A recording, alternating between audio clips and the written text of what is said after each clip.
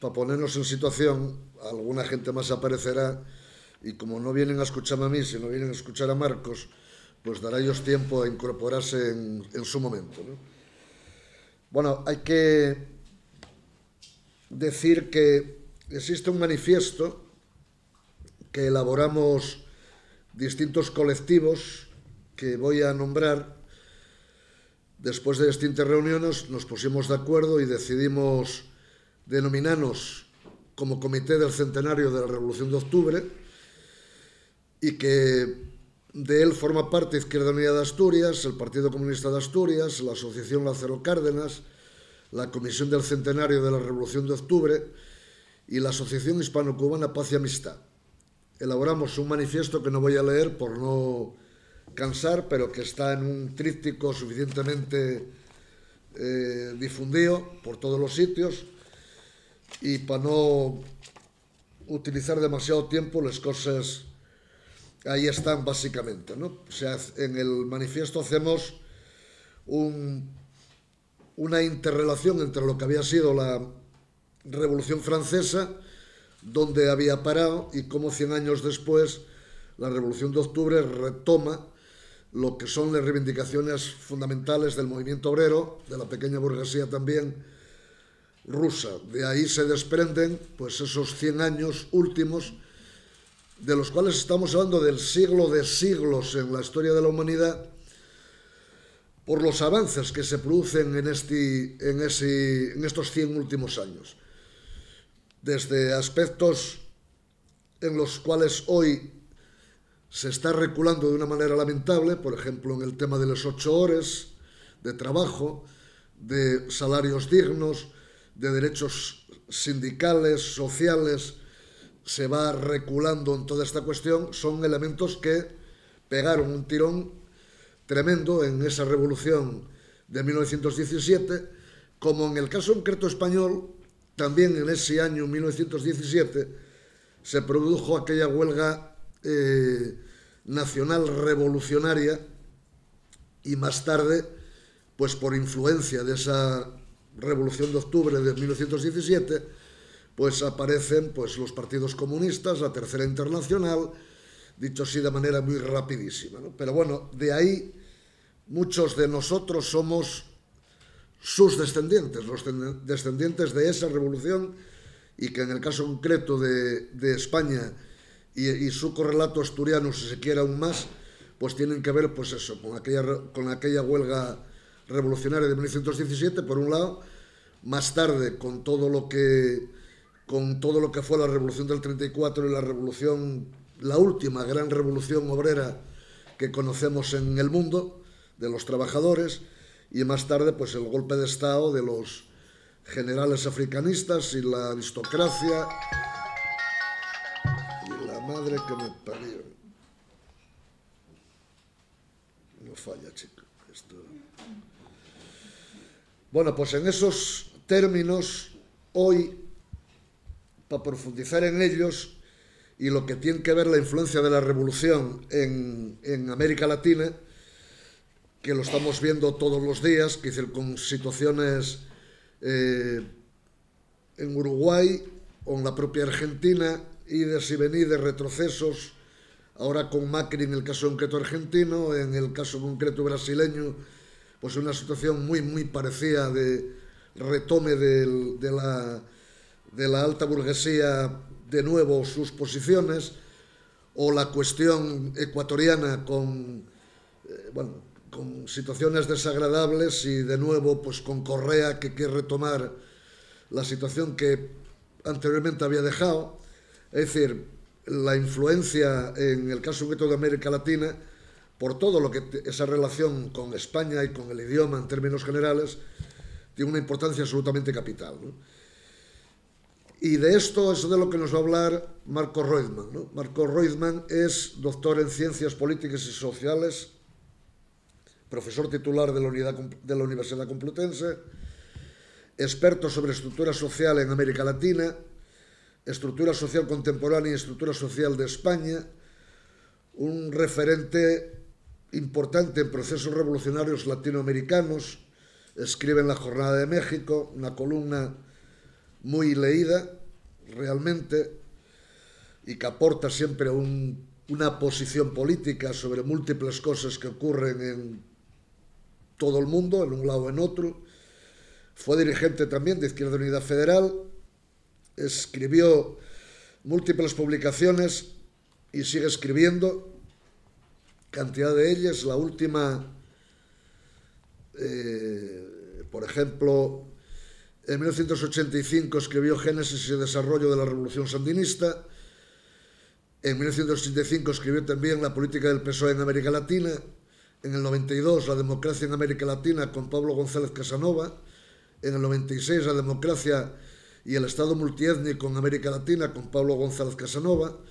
En el 2002, Pensamiento sociológico y realidad nacional en América Latina. En 2005, Las razones de la democracia en América Latina. En 2008, Pensar América Latina, el desarrollo de la sociología latinoamericana. En 2009, Pensamiento sistémico, los orígenes del social conformismo, democracias sin demócratas y otras invenciones. 2012 también escribió Los indignados, el rescate de la política, y en 2013 escribió Tiempos de oscuridad, historia de los golpes de Estado en América Latina, ¿no? Son publicaciones que están por ahí en múltiples librerías y que tienen, yo creo que un interés absolutamente capital. No sé si sigue en el tema de ACAL, pero era un asesor o directivo de esa editorial. No sé si sigue o no, él nos lo dirá, ¿no? Y por tanto, a Marco Roitman, una vez más, le agradecemos el que esté de nuevo en Gijón.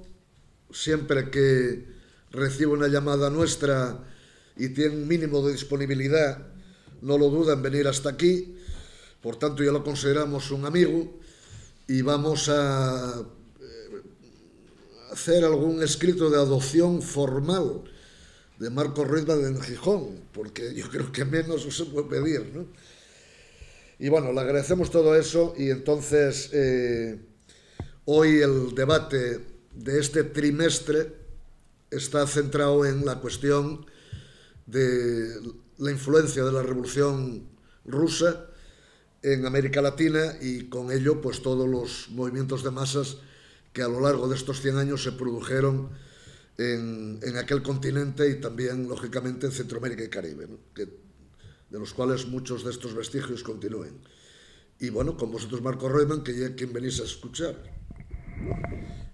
Bueno, yo antes que nada agradecer la presentación, creo que más elogiosa de lo que uno merece en ese ámbito, y agradezco también al Ateneo Obrero de Gijón el que haya facilitado y por otra parte el interés para realizar esta actividad, igual a la Asociación Lázaro Cárdenas, ¿no? Y a Izquierda Unida y sobre todo a mis amigos, ¿no? Que me llamaron y que no tengo, y eso es verdad, ningún tipo de problemas de venir. Sí es verdad que lo único, y eso es lo que se demuestra la gran diferencia que hay en las propias estructuras sociales en España.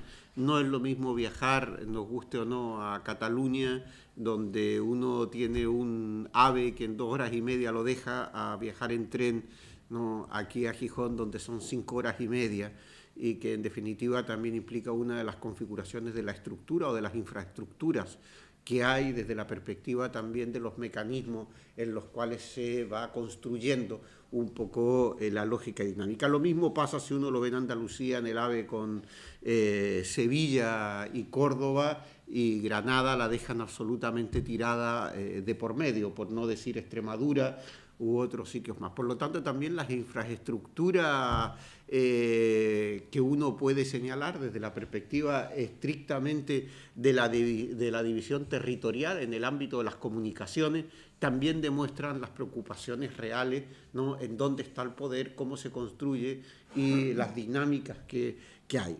Más allá de eso, 5 horas en tren le permite a uno leer por lo menos, ¿no?, un librito pequeñito, es decir, con lo cual siempre no se hace, digamos, pesado el viaje, si uno toma en cuenta que un Madrid-Zaragoza por allí por los 70, ¿no? Eran 7 horas y media y paraban en cada una de las estaciones donde evidentemente los criterios eran completamente distintos. Por lo tanto, en cualquier caso, más allá de eso, ¿no? Yo me preparo con 2 libritos, los pongo uno para el de ida y otro para el de vuelta y digo, mira, aprovechado también, ¿no? el viaje en la lectura, que cada vez menos, porque lamentablemente hoy me enteré de que los colchones Electrolastic de 80 kilos de resistencia, porque la gente está hablando con el teléfono móvil, es totalmente incapaz, ¿no? de entender, y eso es uno de los grandes problemas en el ámbito comunicativo, es decir, la falta de respeto desde el punto de vista de una relación colectiva y social. No hay el más mínimo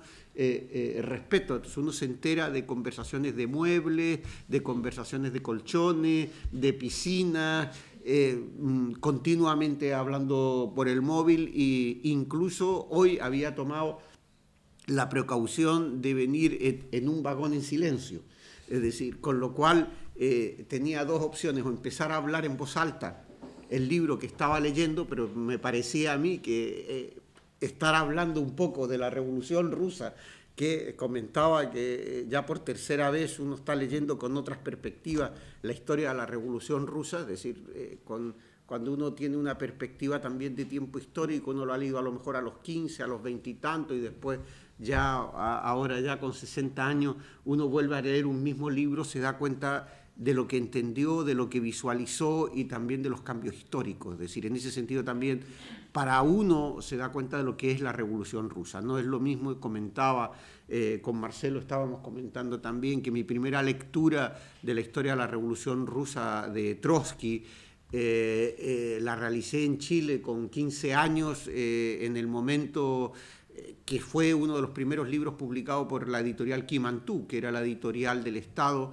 que editaba cientos de ejemplares, miles de ejemplares, mejor dicho, y que a precios muy, muy, muy baratos, que era la historia de la Revolución Rusa, la historia de Chile, la historia de América Latina, es decir, más o menos lo que fue un proceso como el de la Unidad Popular, en el ámbito también cultural, en ese sentido muy semejante a lo que fue la Segunda República en España, desde el punto de vista de un proyecto emancipador, de un proyecto pedagógico, de un proyecto cultural, de un proyecto, por lo tanto, inclusivo. En ese sentido, es decir, teníamos acceso a muchas obras, pero como ustedes comprenderán, la lectura a los 15 años, es decir, por muy militante que uno sea, pues a mí los nombres de Plejós, Zinoviev, Bukharin, me resultaban además complicados hasta para leerlos, es decir, porque uno no sabía ni cómo pronunciarlos. Evidentemente lo que demuestra es la importancia que tiene, que era lo que iba, desde la perspectiva del conocimiento del hecho militante de la Revolución Rusa. O sea, la Revolución Rusa en América Latina, y hablo de la Revolución Rusa, no hablo de la Unión Soviética, ni hablo de la articulación del orden político articulado tras la Segunda Guerra Mundial, o si uno quiere, es decir, tras la muerte de Lenin, si uno quiere poner un periodo donde la Revolución Rusa se caracteriza por esa lógica en la cual se está construyendo una nueva institucionalidad, podríamos ponerlo aproximadamente, si ustedes quieren, entre 1900, si lo queremos desde la Revolución de Octubre, no vamos a poner los antecedentes históricos del 5, porque eso, si no, vamos a la guerra de Crimea por allá por el siglo XIX, y si los queremos remontarnos ya, ¿no? Es decir, nos vamos a la prehistoria. Pero en definitiva, la Revolución Rusa del 17, entrando un poco también en la guerra civil, podríamos decir que ya en la década de los 20, tras la muerte de Lenin y la ascensión de Stalin al poder político en el Politburó y como secretario general, evidentemente generaliza y hay una ruptura de orden de la revolución, y por tanto lo que aparece ya es una dinámica completamente distinta en la administración del orden político, ¿no? Uno de los elementos que yo suelo indicar en principio es que enunciar un problema no significa estar de acuerdo con él. Es decir, y no meter la crítica en el argumento. Es decir, enunciamos que ese es el periodo de la Revolución Rusa, que es donde se producen los elementos claves del debate político, donde más ampliamente tiene lugar todas las grandes contradicciones de la Revolución Rusa, y que es lo que además desembarca no solamente en América Latina, sino desembarca a nivel mundial, que es la toma del poder político.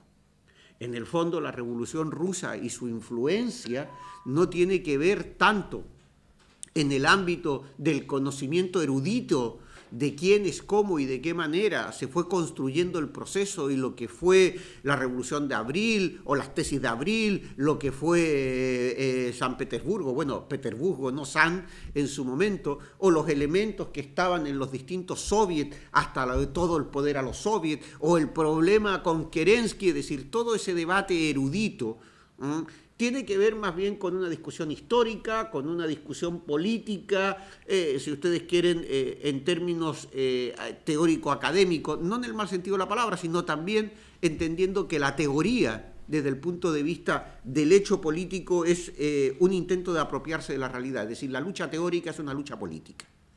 Por lo tanto, la influencia de la Revolución Rusa tiene las dos partes, o sea, la parte de la experiencia práctica y la lucha teórica que deviene de la aportación de lo que posteriormente se llamó en la izquierda marxismo-leninismo.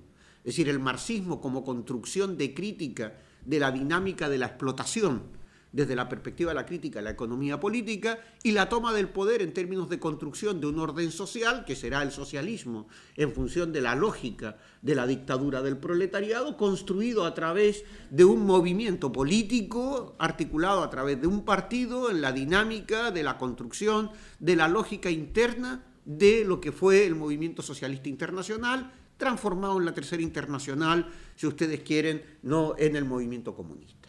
Por lo tanto, todo esto es lo que define un poco lo que ha sido y lo que fue tanto la Revolución Rusa como la influencia, y la prueba está en que seguramente si aquí en esta sala hay militantes políticos, es decir, el primer elemento de la militancia política por allá por la década de los 70, cuando existía la formación de cuadros o la formación militante, había que leerse a Lenin. ¿Y que había que leerse? El Estado y la Revolución, las dos tácticas de la socialdemocracia, un paso, el qué hacer, dos pasos atrás y un paso adelante, las tres fuentes y partes integrantes del marxismo, y a partir de ahí también había que leerse el manifiesto comunista de Marx. Había una formación, y la formación era la formación trabajo asalariado y capital, es decir, la obra menor, no menor, la obra divulgativa, aunque también hay que recordar que el Capital, independientemente de la lógica de la gran obra de Marx, tenía un elemento divulgativo desde el punto de vista de... Otra cosa es que los elementos específicos de la burguesía,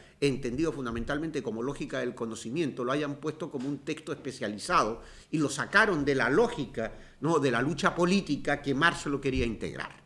Otra cosa después es la esquematización posterior, que no es culpa de Marx, ¿no?, y que aparece después en el materialismo histórico y el materialismo, es decir, la Martha Harnecker y otros más, que seguramente para los que ya tienen edad, Martha Harnecker les sonará, y para los que a lo mejor son jóvenes, Martha Harnecker pues le resultará, pues no sé, una actriz de cine, etcétera, etcétera. Es decir, y es obvio, y es propio, porque eso implica también los elementos de coyuntura de los procesos de lectura y de los procesos también en los cuales la Revolución Rusa influye de una manera u de otra. No es lo mismo, por tanto, lo que fue la repercusión de la Revolución Rusa, si lo tomamos en cuenta en la Segunda República, en un momento de auge del fascismo, en unos elementos en los cuales se está construyendo una defensa y el hecho republicano con una ascensión o ascenso de los partidos comunistas, no del movimiento comunista internacional, sino de la configuración de los partidos comunistas desde la perspectiva de lo que va a ser la lucha también anticomunista, los elementos que van a ir configurando también ya el nacimiento del nacionalsocialismo, pero si el nombre lo indica, nacionalsocialismo. Es decir, las distintas versiones que después terminan desde la perspectiva de lo que es el nazismo. El nazismo era nacionalsocialismo. Recuerden ustedes que enunciar un problema no significa estar de acuerdo con él. Hay quienes se van a apropiar de los nombres. Hoy hay muchos que se dicen de izquierda. En fin, yo puedo decir que vengo de Ganímedes y he sido abducido y que les voy a explicar a ustedes la lógica internacional mundial de la revolución. Y ustedes dirán, este tipo está loco, ¿no? Es decir, ¿qué es esto de Ganímedes y abducido? Pero si ustedes se ríen de esto, no entiendo por qué no se ríen de alguien que diga yo soy de izquierda, ¿no? Y después dicen, bien, pero es que ser de izquierda no implica no estar en la OTAN, no ser de izquierda no implica... Digo, bueno, a ver, aclarémonos un poquitito, es decir, la lucha de izquierda implica anticapitalismo, lucha contra la explotación, no gestión del capitalismo en el ámbito de hacer mejor, lo cual no significa que no se participe en las instituciones, que son cosas diferentes. Pero claro, es decir, estos elementos lo que hacen es ver cómo una revolución cambia, es decir, según el prisma, según el tiempo, según los problemas, vuelve, ¿no?, a ser reinterpretada, vuelve a nosotros como una necesidad de valorar a lo mejor elementos que antes no valorábamos. Por ejemplo, seguramente en la década de los 40, más allá de lo que sea, Trotsky pues era entendido, entre otras cosas, dentro del movimiento comunista internacional y la Tercera Internacional, como un agente de la CIA, ¿no? Bien, hoy podemos decir que, bueno, estaremos o no de acuerdo con la Cuarta Internacional, con la Revolución Permanente, etc., etc., etc., pero señalar eso y aceptar el asesinato de Trotsky son cosas completamente distintas, pero en ese momento se construía una lógica totalmente distinta. Hoy el concepto de poder dual, los conceptos que se articulan fundamentalmente a una visión distinta, cobran un sentido distinto porque han quedado desgajados de ese momento específico de lo que significó el poder del PQs en el ámbito fundamentalmente, ¿no?, si ustedes quieren, del poder de Stalin. Que después, recuerden ustedes, vino la desestalinización, 1956, la Revolución Rusa aparece de otra manera, después Khrushchev, es decir, Brezhnev, lo cual significa que son momentos históricos donde reinterpretamos continuamente los hechos políticos que acaecieron. Bien, pero esa vuelta del pasado al presente deja una parte que es importante, que es la importancia de la Revolución Rusa. Más allá de estos debates de coyuntura, que son debates que se articulan, entre otras cosas, en función también de la militancia partidista, el concepto de la Revolución Rusa es universal, no le pertenece al Partido Comunista, o no le pertenece única y exclusivamente a los bolcheviques. Eso lo dirá desde Lenin, Zinoviev, Bukharin, ya algunos nombres, no, Plejanov, algunos vendrán de los mencheviques, otros de los bolcheviques, otros, etc. Es decir, bien, pero nosotros lo vemos bajo otro criterio incluso, ¿no? La propia concepción del imperialismo lo vemos en otra dinámica. Por lo tanto, la influencia de la Revolución Rusa, o lo que fue la Revolución Rusa, desde esa perspectiva, tiene básicamente la construcción de lo que fue una estrategia de articulación política de la toma del poder. Claro, visto a posteriori, porque mientras estaba haciendo la Revolución Rusa, ¿no?, es decir, las discusiones entre si Kerenski sí, si aceptamos o no aceptamos el gobierno provisional, si el zar renuncia, si es su hermano, si es su hijo, si es su primo, bien, todo eso que es fundamentalmente erudición o es un elemento que no interesa, después lo que estamos viendo es qué quedó de la Revolución Rusa y en qué momento aparece. Y lo cierto es que el triunfo de la Revolución Rusa viene a generar una ruptura muy importante en el ámbito de que es la primera revolución triunfante en el mundo occidental, y además en un sitio donde no se preveía que tenía que triunfar, porque la caracterización que se hacía de Rusia, de la Rusia zarista, era un país atrasado, campesino, con una burguesía que no había hecho su revolución, por tanto ineficaz de hacer la revolución, donde el proceso de transición obligaba, y de ahí fue el debate que se dio también en la izquierda y en la socialdemocracia. ¿Cuál era primero? ¿La revolución burguesa y luego la revolución proletaria obrero-campesina? ¿O resulta que nosotros tenemos que hacer todo? Es decir, ese proceso de transición del capitalismo al socialismo fue uno de los elementos que estuvieron presentes en la Revolución Rusa, que por eso la tesis de Lenin, la tesis doctoral de Lenin, y que muy poco se lee, es el desarrollo del capitalismo en Rusia, para explicar la lógica de las clases sociales y cómo funcionaban las clases sociales, para poder entender el carácter de la revolución. Por lo tanto, el hecho esencial de la Revolución Rusa viene marcado por el carácter de la revolución. ¿Qué revolución? ¿Cuál es el proceso de transición? ¿Quiénes son los sujetos de la revolución? Bien, como digo habitualmente, eso se hace a posteriori. Por eso el estudio de la Revolución Rusa no puede ser sino una vez, no solamente el asalto del Palacio de Invierno, sino una vez que se constituye el poder de los soviets y se constituye el Partido Comunista, y por lo tanto se triunfa la Revolución Rusa. Antes no. Lo que hay, por tanto, es una explicación a posteriori de lo que fue el proceso que generó la Revolución Rusa. Y ahí es donde aparecen las lecciones. Y ahí aparecen los elementos que entran a formar parte de lo que es la experiencia desde el punto de vista político. Por eso el primer elemento de la Revolución Rusa que se traspasa y que tiene que ver, entre otras cosas, con el contexto histórico.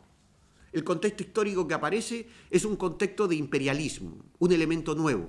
Recuerden ustedes que Lenin va a escribir, entre otras cosas, ¿no?, el imperialismo fase superior del capitalismo.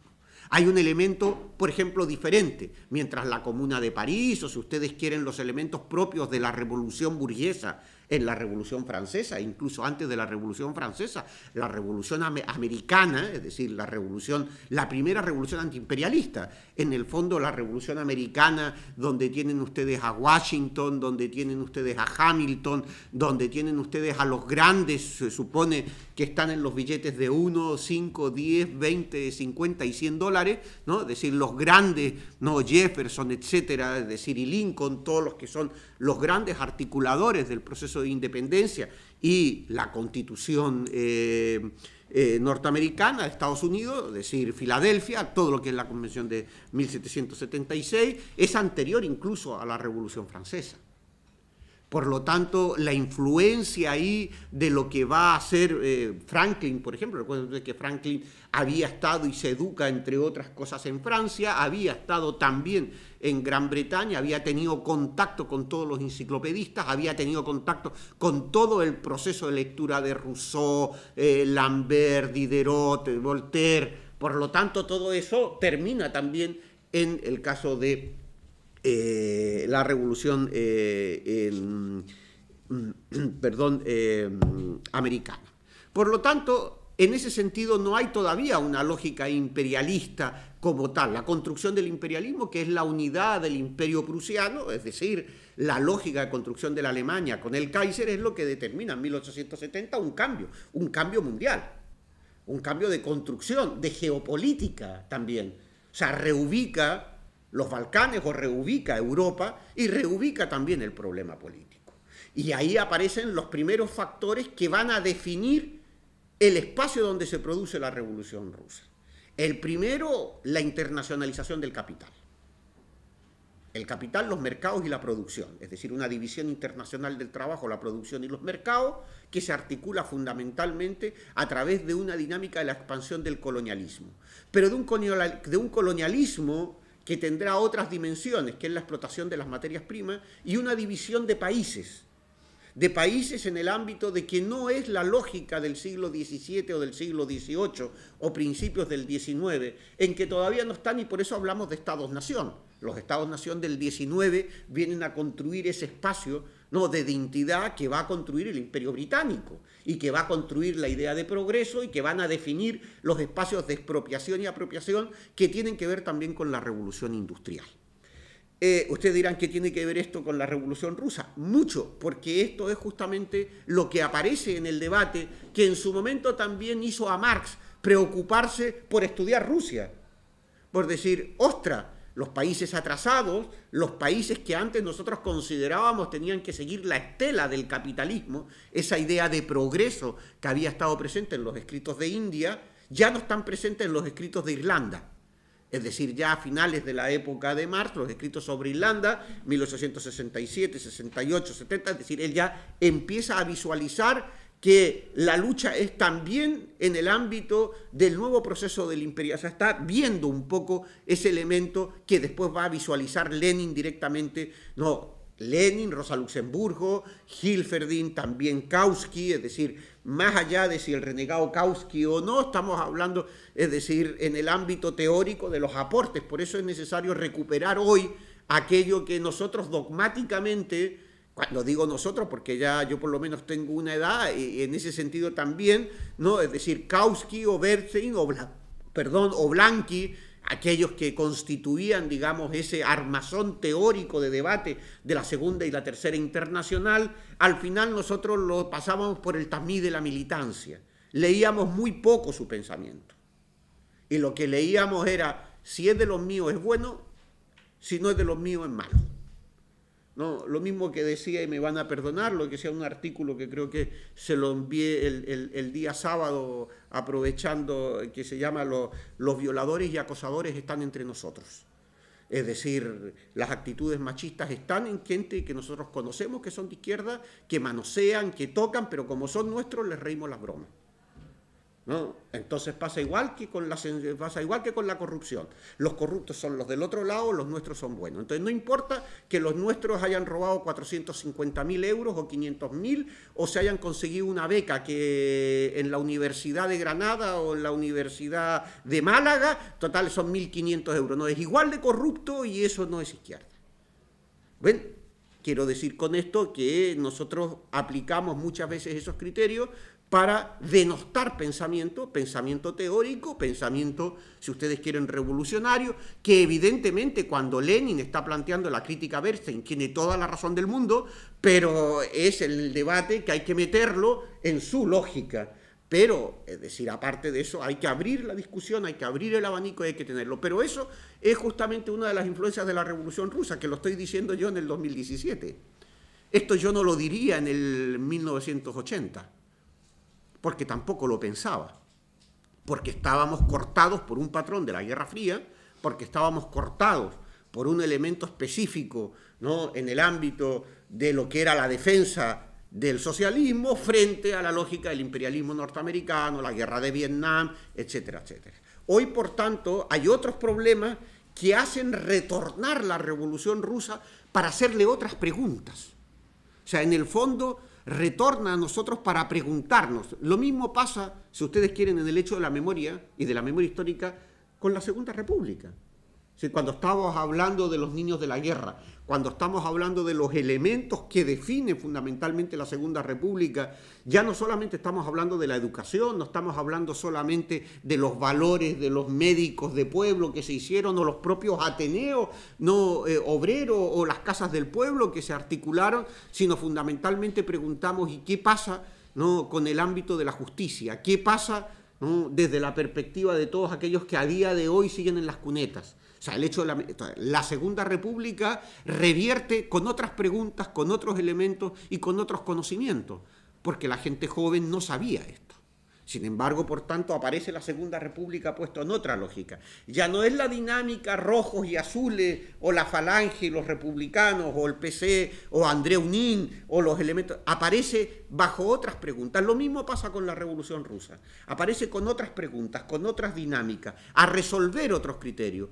Porque, claro, la Revolución Rusa, cuyo primer elemento de debate, ya digo, apareció en el contexto histórico del imperialismo, fue ese proceso de articulación de un nuevo colonialismo, que después se va a expresar también en la importancia de la Revolución Rusa.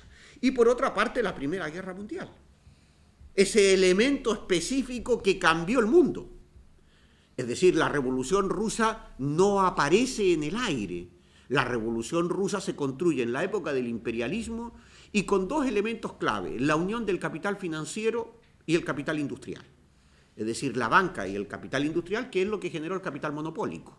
Eso es lo que define el capital monopólico. La unidad entre el capital financiero, ¿no?, y el capital industrial. Y eso implicaba también diferentes visiones de control del mundo. Por eso, cuando Alemania va a la guerra, o cuando Rusia va a la guerra, es decir, la Rusia zarista lo que quiere es hacerse con Constantinopla, lo que quiere hacerse es con Turquía, es decir, redefinir el papel del mundo frente al eje o frente a Alemania, y Francia tiene otros intereses, y Gran Bretaña tiene eso. Por eso la guerra era una guerra interimperialista.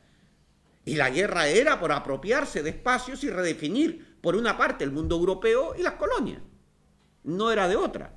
Claro, en ese contexto, ¿no?, Europa y el movimiento obrero estaba también contenido en una lógica distinta, porque ¿quién aportó la gran cantidad de personas a la guerra? ¿Qué era? ¿Eran nobles? Sí, seguramente un noble era el general. En el caso de Rusia, ¿no?, todos los grandes generales que no iban a la guerra, ¿no?, pertenecían, ¿no?, a las familias reales, y si no, pues estaban ligados, ineptos todos, como generales. Es decir, eso demuestra también después, por eso los soldados rusos no aceptan o sea, no tienen la autoridad frente a sus mandos, entre otras cosas, porque son ineptos, lo que hace también que los soviets no sean solamente de campesinos y obreros, también de soldados, pero los soldados estaban mal pertrechados, el tema es que los generales se quedaban con el dinero, los tipos los hacían por orgía, estaban todo el día, ¿no?, en fiesta, es decir, con gran boato, mientras tanto las tropas rusas que estaban en el frente, pues estaban muriendo a mansalva, ¿no?, porque es que los generales ni aparecían, y cuando aparecían los capitanes o los coroneles, pues eran tipos ineptos provenientes, ¿no?, de una casta, si ustedes quieren, ahora que está tan de moda la casta, más que de casta, diríamos, ¿no?, en ese ámbito de una lógica de la nobleza, para ser riguroso, y que obviamente expresaban ese sentido del poder zarista imperial. Claro, pero eso llevado al terreno de la guerra, donde tenían que hacer frente en Alemania, o donde eran desplazados a Francia, o donde tenían que desplazarse a otros lugares, los tipos no tenían botas, los tipos no tenían comida, los tipos no... O sea, se morían de hambre, pero no solamente ahí, sino también la Rusia era un país atrasado. Sí, es cierto, con un gran zar y con un gran imperio. Sí, pero un imperio que se fundamentaba en la represión, un imperio que se expresaba fundamentalmente en las dinámicas del control, donde los militares sí cumplían una función en la represión del pueblo ruso, que eso lo hacían a las mil maravillas. Pero claro, es decir, puestos ya en la guerra, pues los tipos se mostraron ineptos, lo cual obviamente, digamos, significaba un factor también de articulación. Por tanto, en esa guerra mundial aparece un primer criterio, que fueron fundamentalmente porque la Primera Guerra Mundial, ya digo, cambió absolutamente el marco de referencia, cómo mirábamos las guerras. Las guerras ya afectaban a la población civil, las guerras se desarrollaban en los pueblos, en las ciudades, si ustedes quieren. No, para poner un ejemplo, aunque no es de la Primera Guerra Mundial, el bombardeo sobre Guernica, sin ir más lejos, ¿no?, durante la Guerra Civil Española. Pero no habría que ir tampoco tan ahí, es decir, también, por si no lo sabían, antes del bombardeo a Guernica, hubo un bombardeo por allí, por el año 1930, ¿no?, en Nicomo, en el caso de Nicaragua, para Sandino, es decir, contra César Augusto Sandino, también de los Estados Unidos. O sea, bombardearon también, ¿no?, en América Latina, también pueblitos pequeñitos, en el cual evidentemente estaba toda la resistencia frente a la invasión norteamericana que se estaba produciendo en Nicaragua, ¿no?, con el dictador Díaz, que después terminará siendo Somoza, pero ya después de la década de los 30, pero eso es otra historia. Por lo tanto, digamos, en ese nivel los bombardeos, el hecho también de chavales de 18, de 19 años, ¿no?, que son sacados, desgajados de sus familias, que son campesinos, que son trabajadores, que efectivamente significaba ver cadáveres en las calles, cadáveres en los pueblos, que no podían ser ni siquiera enterrados. Con lo cual, ustedes imagínense cuando pasaban por ahí 2 semanas los cadáveres, claro, cuando era en invierno, en fin, pero cuando era verano, pues ustedes vean, ¿no?, lo que significaba la putrefacción, la explosión de lo que es el cuerpo en el ámbito de los ácidos, etcétera, etcétera, etcétera. No lo estoy poniendo por una cuestión morbosa, sino porque eso expresaba una realidad de lo cotidiano. No solamente era el hambre, no solamente eran los problemas específicos de la guerra, sino que la guerra se hizo global, se hizo total. La guerra afectó a niños, mujeres. Ahí aparecen, por ejemplo, las violaciones. Es cierto que las violaciones se producen desde los romanos, desde los persas, desde los hititas. Siempre la violación ha estado en la lógica de los ejércitos. Pero la violación consciente en el ámbito del ejército frente al enemigo, entendido como un mecanismo de ruptura de dignidad, es un factor que aparece en la Primera Guerra Mundial. Y que después se va a reproducir, si ustedes quieren, en la Segunda Guerra y en todas las demás guerras, es decir, la guerra de los Balcanes, etcétera, etcétera, etcétera, por irnos a finales del siglo XX o si no en el siglo XXI, no en ese ámbito, pero eso es otro tema. Voy avanzando, por tanto. En ese sentido, el debate y el tema de la guerra pasó a ser un tema fundamental en el ámbito del movimiento socialista, y eso también rompió el movimiento socialista, porque claro, en una construcción de Estados-nación, el proletariado alemán no iba a estar con los rusos. El proletariado alemán estaba con Alemania. ¿Y qué quería el proletariado alemán? Pues que la guerra la ganara Alemania. Normal. ¿Y qué querían los rusos? Que la guerra lo ganaran los rusos. Y eso se expresaba también en el ámbito del movimiento internacional socialista. Porque estamos por la paz, sí, pero chaval, la paz para uno no es la paz para otro. lo cual implicaba también un criterio de identidad nacional, lo cual dividió el movimiento también socialista, dividió el movimiento revolucionario y por tanto construyó otra dinámica y otra articulación. La paz, por tanto, pasó a estar referida también a hacer de esa guerra la posibilidad, ¿no?, de ese malestar, pero eso ya es propio de Rusia. Es decir, el malestar interno en Rusia ya no es compartido, por ejemplo, con el proletariado alemán o el campesinado alemán que estaba en la guerra, porque estaban bien pertrechados, estaban bien alimentados, al mismo tiempo, sí, cansados por la guerra, etc. Igual pasa con los británicos, los franceses un poco menos, pero los rusos, es decir, desastre. Por lo tanto, evidentemente, las contradicciones internas que se dan en la lógica de los desplazados, que son más de 7 millones de campesinos y trabajadores rusos que tienen que ir a la guerra. Por lo tanto, eso va a producir un efecto interno entre el exterior y el interior de Rusia, que es lo que va a permitir, entre otras cosas, que la revolución rusa triunfe. Es decir, no hacemos caso a nuestros generales. Por otra parte, explica la revolución de febrero del 17 en Petrogrado, es decir, que los militares no hagan caso a sus tenientes, que encima los maten, y que se metan en los soviets de campesinos, obreros y militares. Pero militares como soldados, lo cual implicaba también que la Duma lo tuviera en cuenta. En definitiva, lo que había era un deterioro del mando interno que se expresaba también con condiciones de hambre en Rusia, con un régimen despótico. Recuerden ustedes que en ese momento también, aunque después lo asesinan, el primo del zar, porque estaba Rasputín.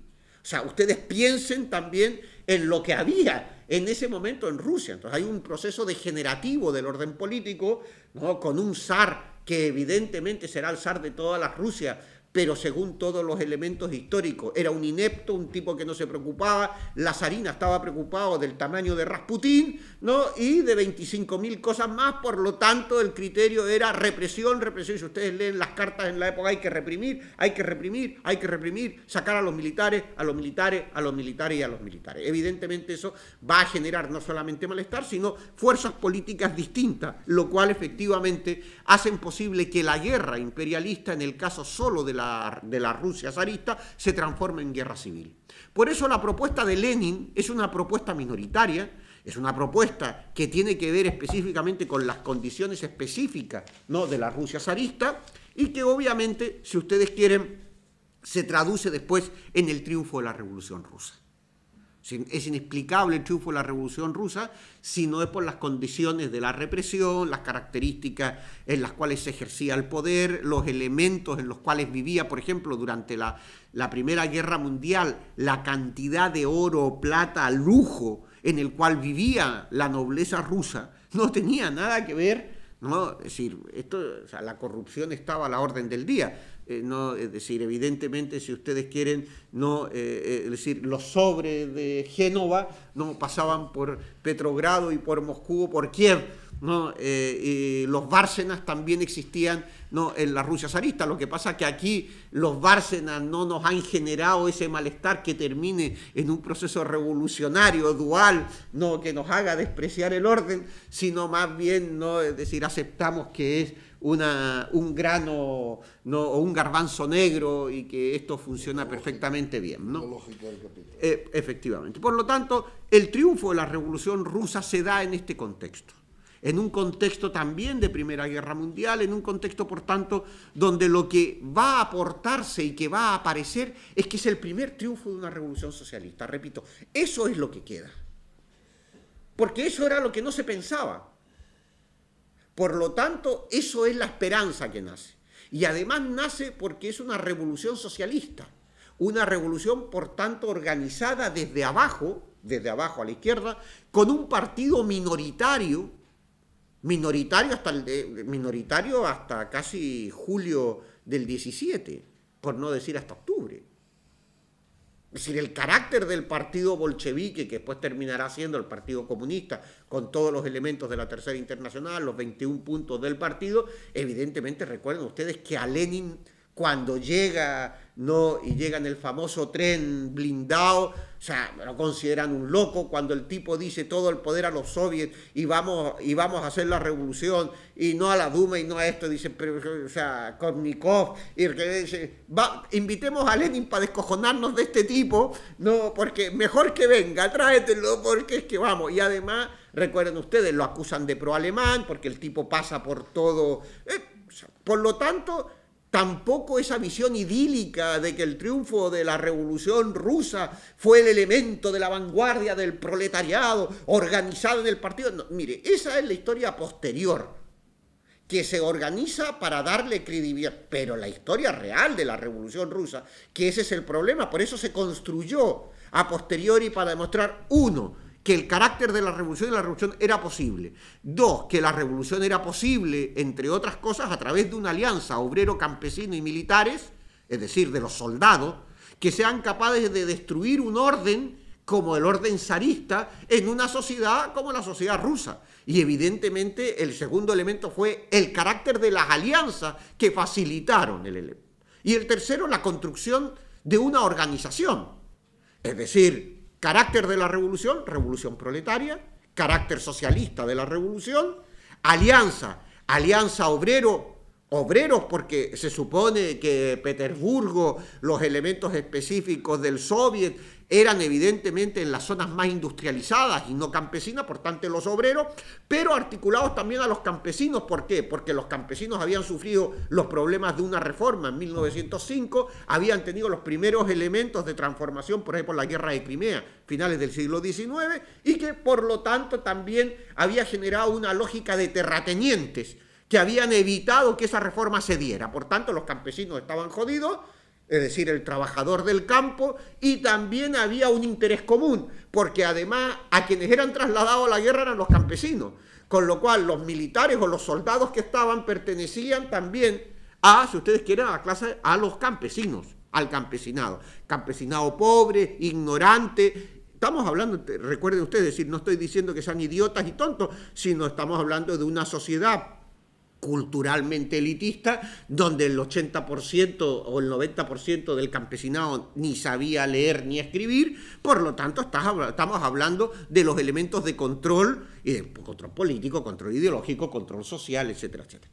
Por tanto, alianza obrero, campesino y militares, la necesidad de una organización, y por tanto se teoriza a posteriori. O sea, Lenin teoriza a posteriori. Recuerden ustedes que cuando ya está triunfando la revolución es cuando él escribe El Estado y la Revolución. Los grandes textos de Lenin son en los momentos específicos donde la revolución rusa ya ha avanzado en la guerra civil y ya están en el poder. Lo que están es construyendo un orden político en el cual hay una pugna entre quienes han perdido el poder y quienes están construyendo el poder, ¿no? Es decir, en quienes están construyendo, y ahí aparece cuál es el papel del partido, cuál es el papel de los soviets, son los soviets del partido. Claro, todo ese debate después terminará, ¿no?, en una construcción que nosotros sabemos, es decir, un capitalismo de Estado, la Unión Soviética, si ustedes quieren, de ahí el término Unión Soviética, donde el Partido Comunista de la Unión Soviética subsume y hace evidentemente que la lógica de articulación entre la sociedad y el partido no se configure sin una separación.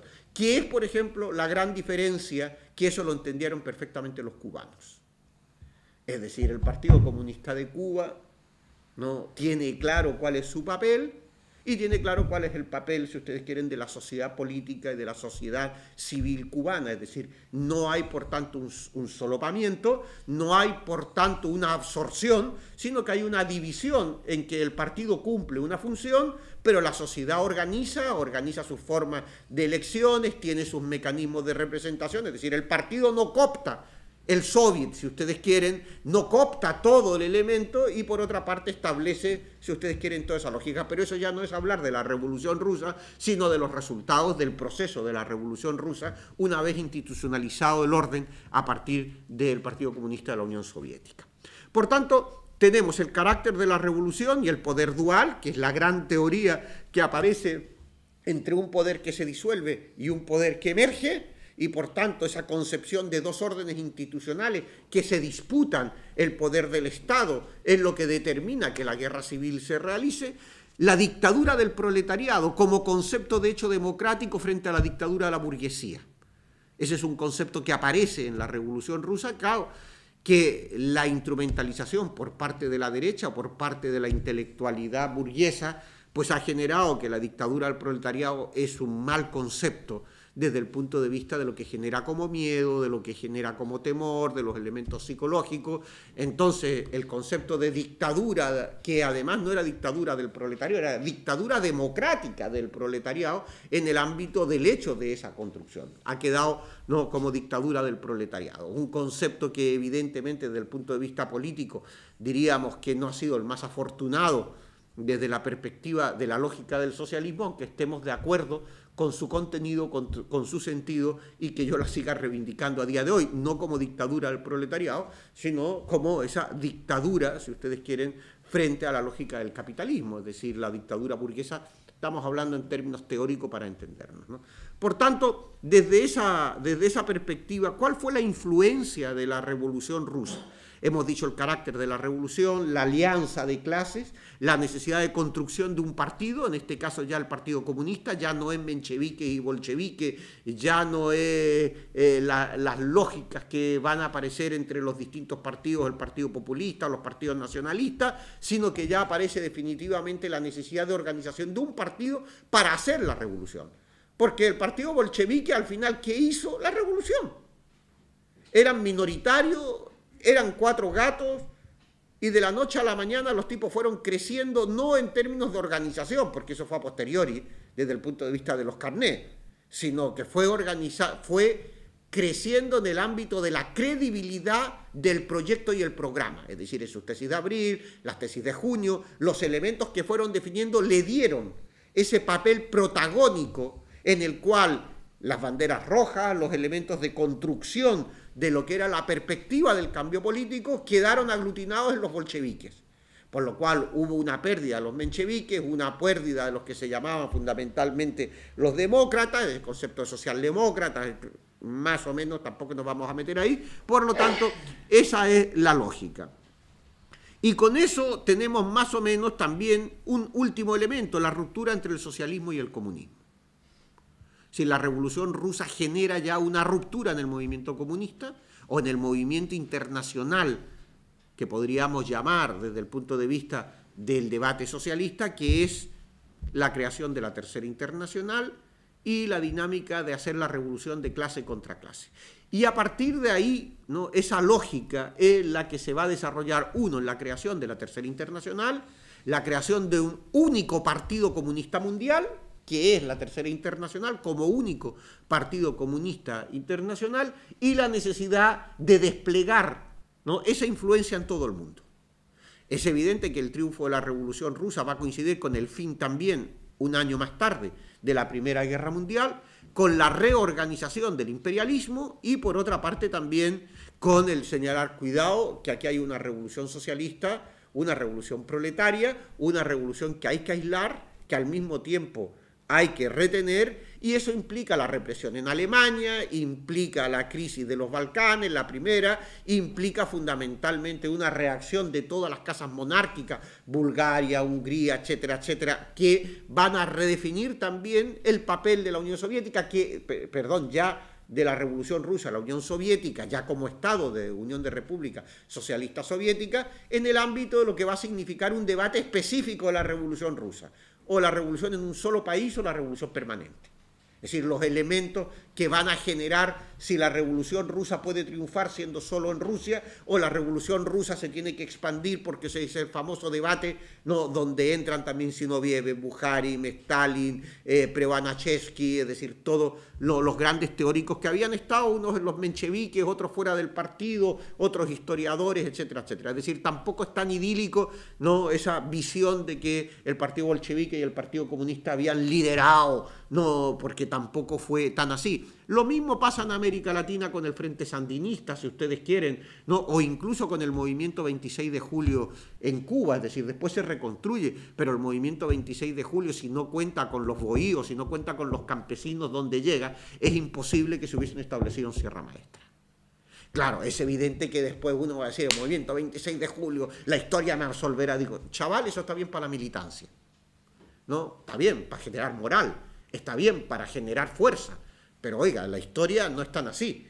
Y la prueba está, que eso ya lo hablaré mañana, que el Che cometió, como de costumbre en este caso, el terrible error de nunca valorar, ¿no?, a Carlos Páez, y a todos aquellos que desde la perspectiva de Santiago, La Habana, estaban desarrollando toda la parte de apoyo a la insurrección, que es lo que le llevó en cierta medida a las contradicciones en el Congo y después también en el ámbito de lo que era la parte civil, es decir, de toda la aportación en el caso de Bolivia. Pero eso es otra historia, eso lo dejamos para mañana.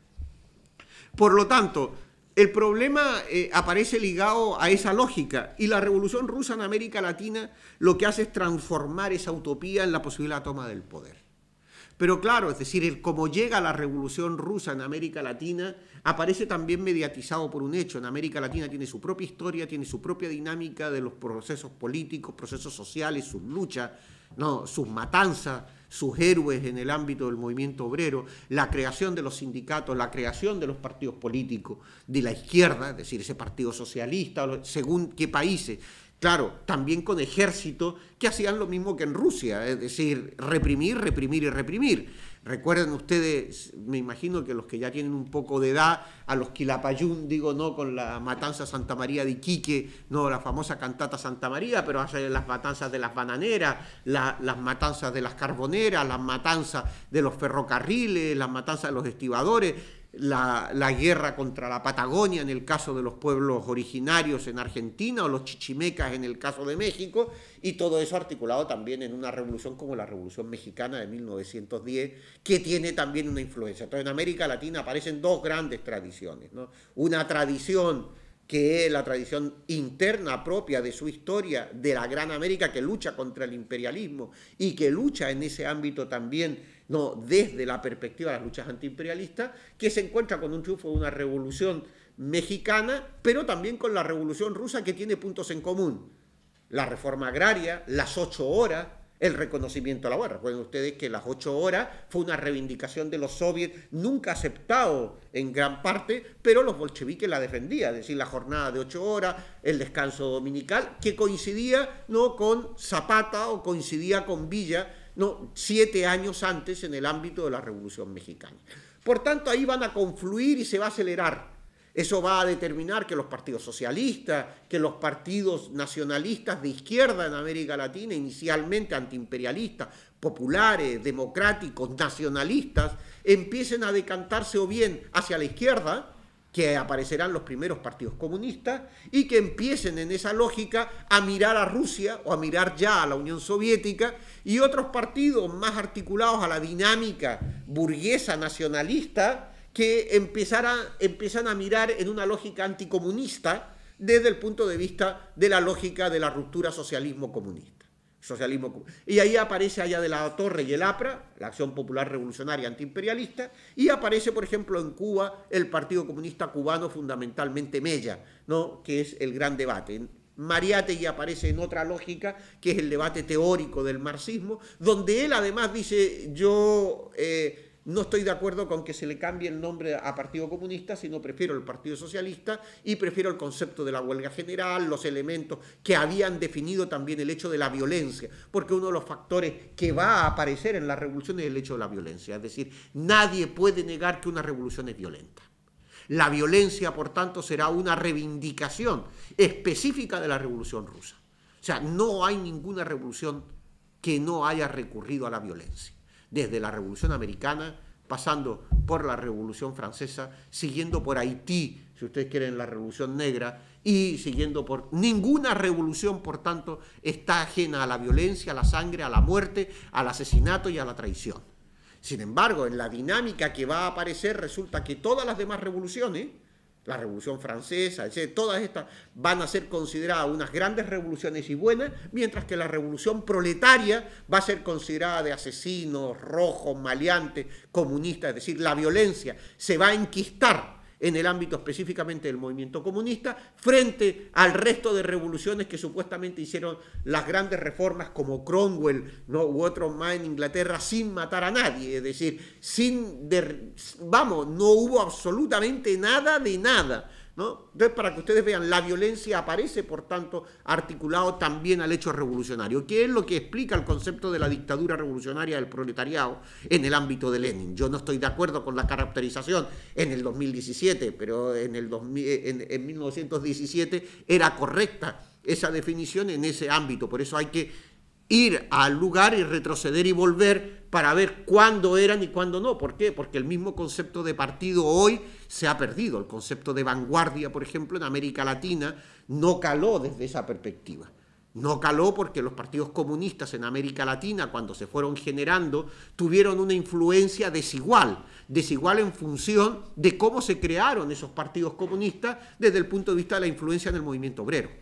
Entonces no es lo mismo el Partido Comunista chileno con Recabarren, no es lo mismo el Partido Comunista en Argentina o en Uruguay o en el caso de México con la Revolución Mexicana, que lo que puede haber sido en Paraguay o en Centroamérica, donde la influencia de la Revolución Rusa llega mucho más emocionalmente, que es tan claro como que los dos grandes movimientos insurreccionales que reclaman soviet es Salvador 1932 con Farabundo Martí, que termina en una matanza de trabajadores, de más de 20.000 trabajadores, llamando al Partido Comunista. Son los dos únicos llamados a la revolución socialista en América Latina en este periodo, que es 1932, Farabundo Martí, para luchar contra la dictadura de Maximiliano Hernández Fernández, y Prestes en el caso de Brasil en el 35.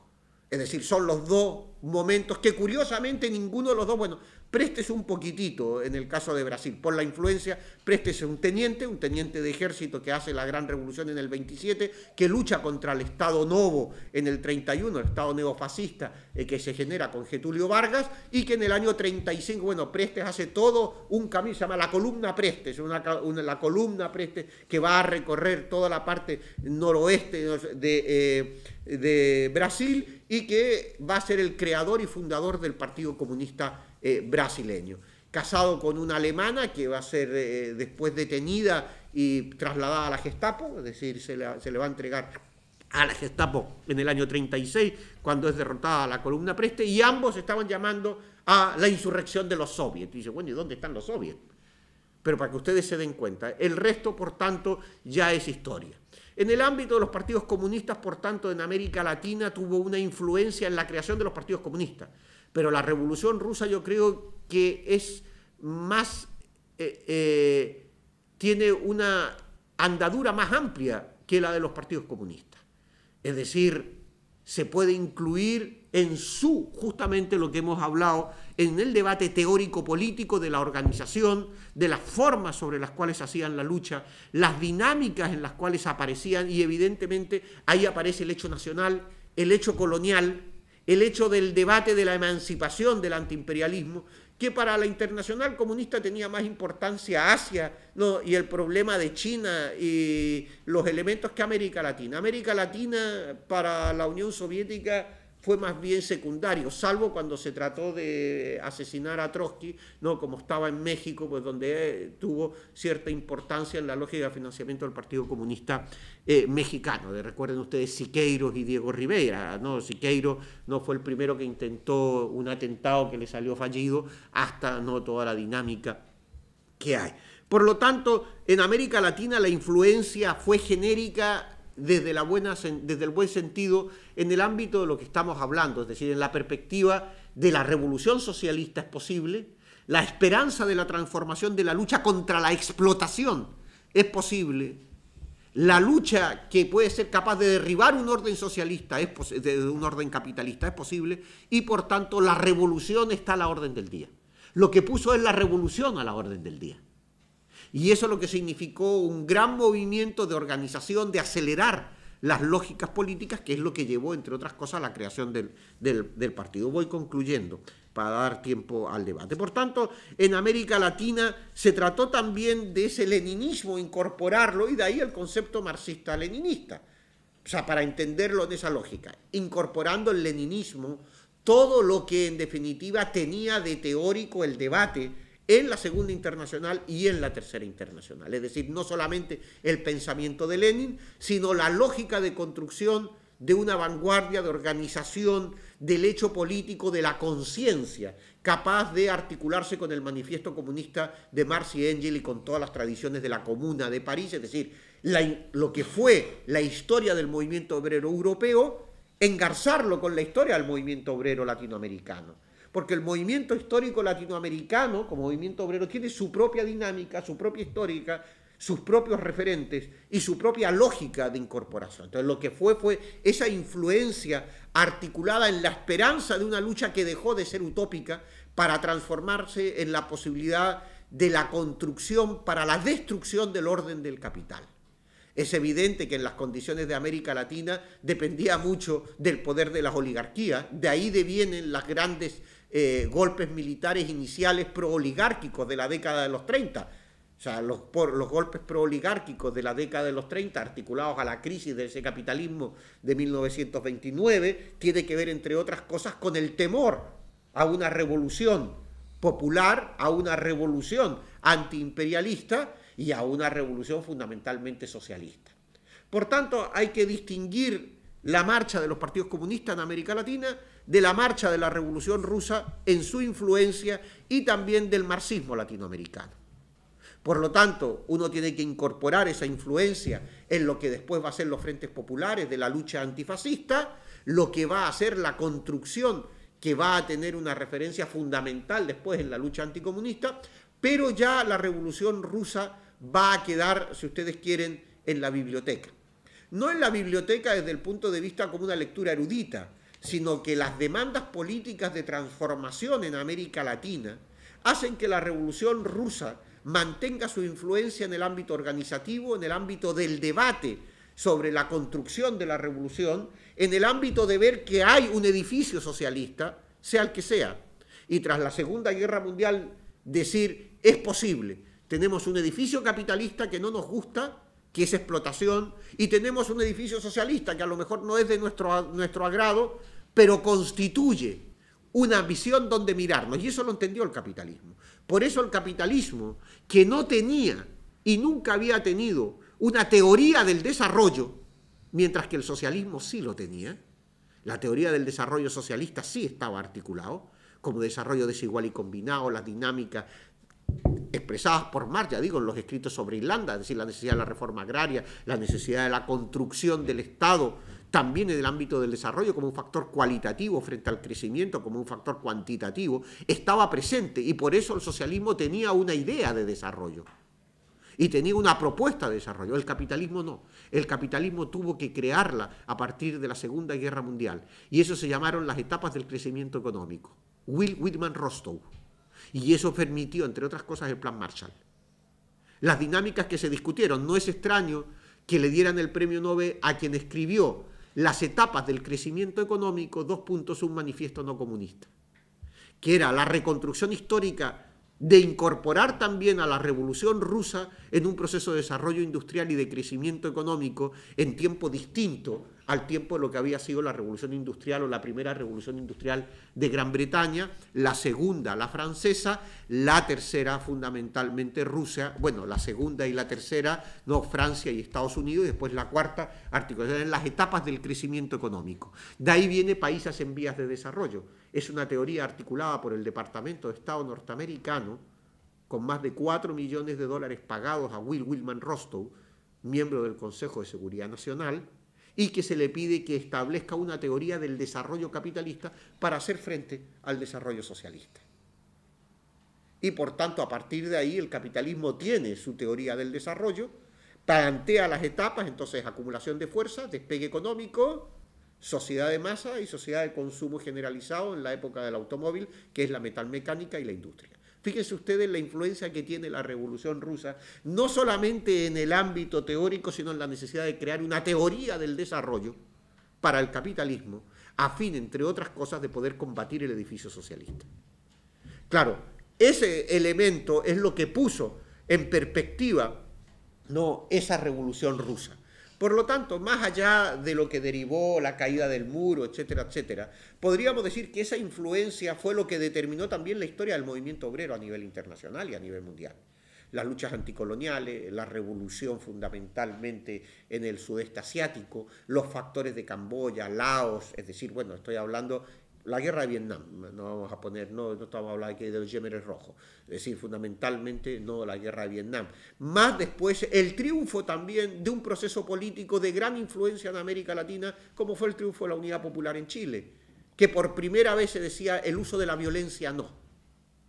Es decir, la influencia de la Revolución Rusa puesta también en un contexto del triunfo de la Unidad Popular como un triunfo electoral, que fue ese gran debate que también se dio con la visita de Fidel a Chile, ¿no? Diciendo ustedes por otros medios, nosotros, etcétera, etcétera, y después ya saben ustedes, ¿no? Todo lo que pasó en la Unidad Popular, que fue esa vía chilena al socialismo, como una propuesta de que no toda revolución generará esa violencia, sino que eso fue la famosa vía chilena al socialismo.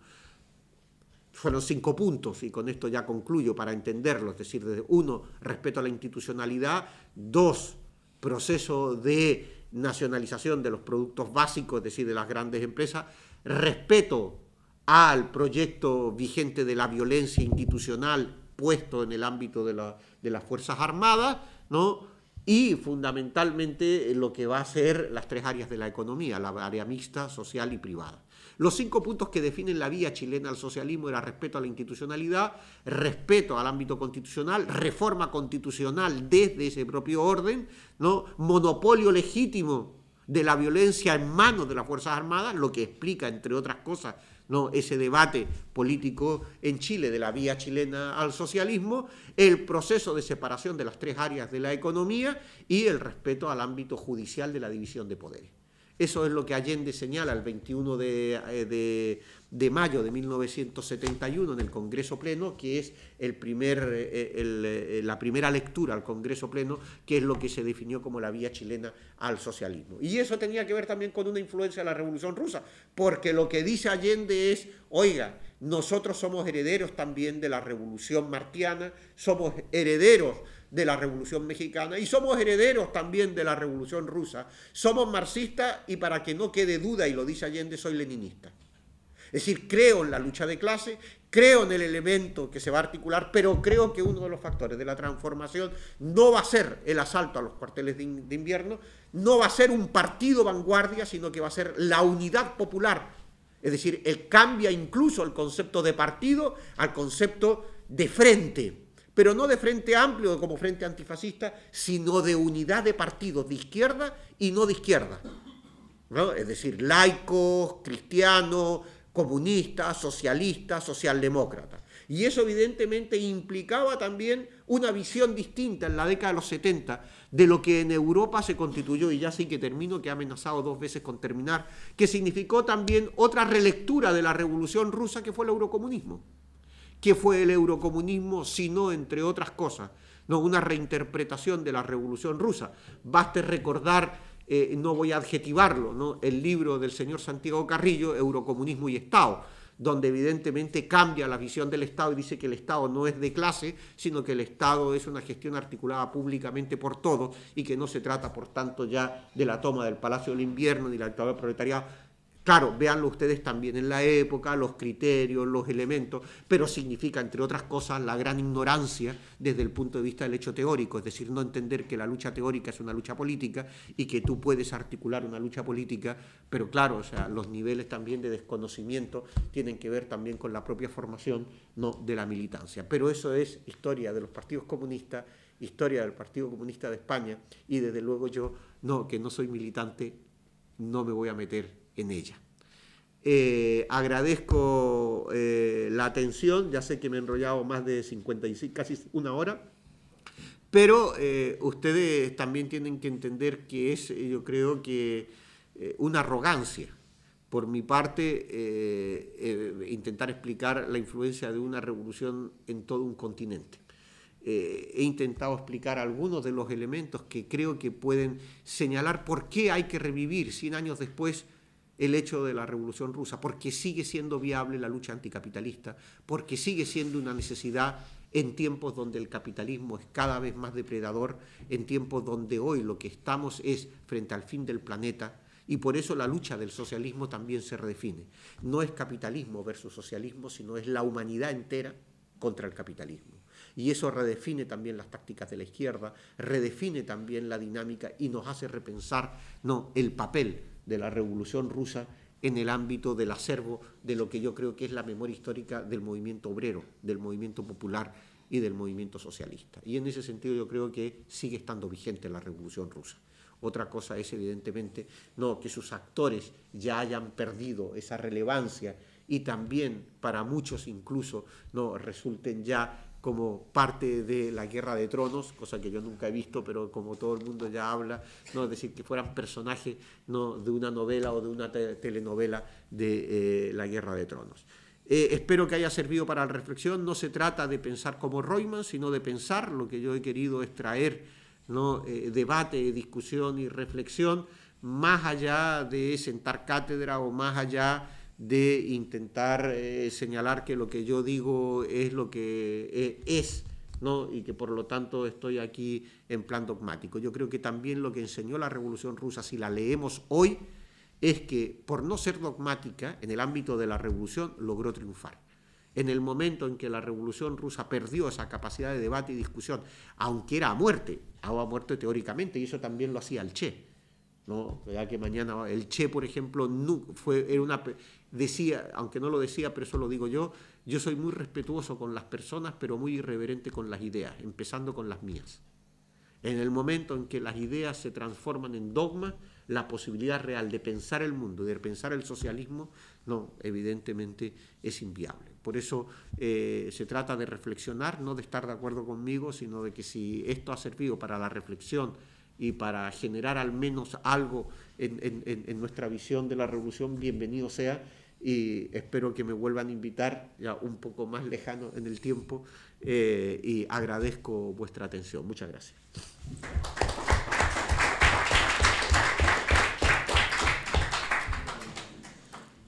Bueno, si queréis hacer alguna preguntina o alguna intervención,